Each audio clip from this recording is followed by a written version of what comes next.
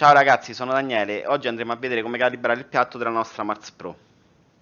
Avremo bisogno di un foglio A4 che andremo a tagliare dalla parte lunga in questo modo.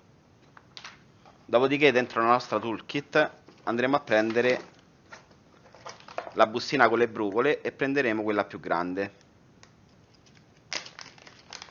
Questa qua. Ed ora siamo pronti per calibrare. Per prima cosa andremo a svitare le viti del serbatoio di resina e rimuoverlo. Io personalmente lo appoggio sempre al contrario per evitare danni al FEP.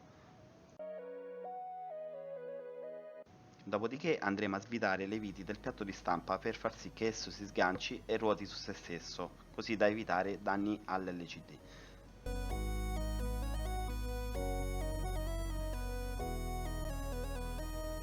Una volta allentato tutto, riposizioniamo il piatto di stampa sul suo alloggio.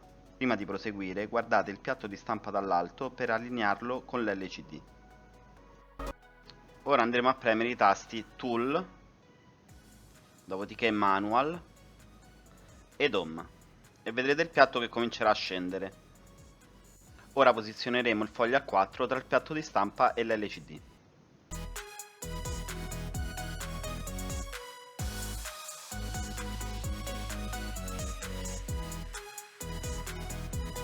A questo punto aspetteremo che il piatto di stampa si allinei col foglio A4. Attenzione perché farà su e giù un paio di volte.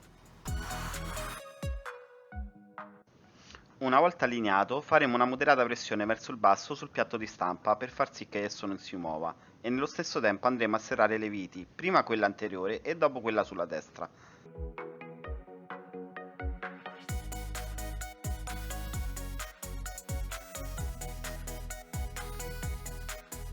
A questo punto controlleremo il foglio A4 tirandolo un po'. Il foglio non dovrà essere né troppo serrato né troppo libero. Se è troppo serrato andremo ad alzare il piatto di 0,1 mm, in caso contrario se fosse troppo libero lo abbasseremo di 0,1 mm. A questo punto andremo a premere il tasto back e poi set Z uguale 0.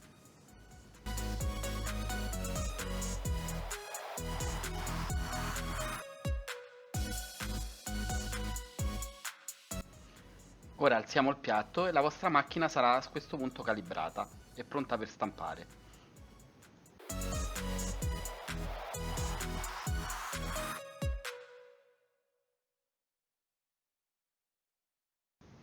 Bene ragazzi, se il video vi è piaciuto vi invito a mettere mi piace, iscrivervi al canale ed attivare la campanella, così da non perdere nessuno dei nostri aggiornamenti. Io vi saluto e ci vediamo al prossimo video con Nerdette 3D.